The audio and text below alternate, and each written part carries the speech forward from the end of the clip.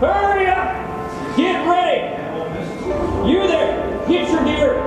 We're going to the drill field. With the 100th anniversary of World War I coming up, we decided that we really needed to do an exhibit all about North Carolina's participation in World War I. It was a great accomplishment for the staff who worked really hard to create this exhibition. So it was always a relief to see an exhibit come together. Jackson Marshall, who's our Deputy Secretary, is an expert, so to speak, on World War I. I mean, he's done a book on World War I, he's done lots of research, and so when we came up with the idea for the exhibit, he took on the responsibility of really creating a different experience for our visitors.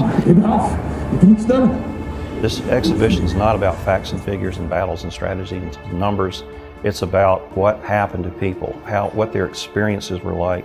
And we used the interviews that I did, we used letters and diaries from the state archives to retell the story. We really wanted to give the visitors an experience of what it was like going overseas for the very first time and participating in probably one of the most horrific wars that the world has ever seen. We need to introduce trench warfare before we actually put the visitors in a trench system.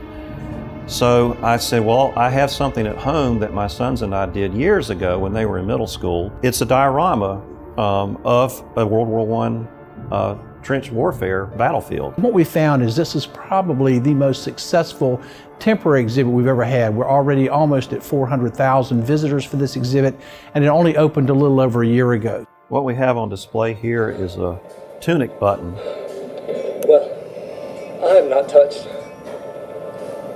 Fellow looks up on my coat and says, "Yes, you are too. Look at that button on your coat." A German machine gun bullet had struck the button and ricocheted off of the button right at his throat, and that's what saved his life. I've never met a more dedicated state employee than Jackson. I think, without a doubt, I couldn't think of a better person to nominate for this award, and I think he's most deserving. Honestly, I was surprised that I was even nominated for it, and I'm humbled that I've received it. Again, this is not my project, this is a museum project. I've got tremendous staff here put together this exhibition.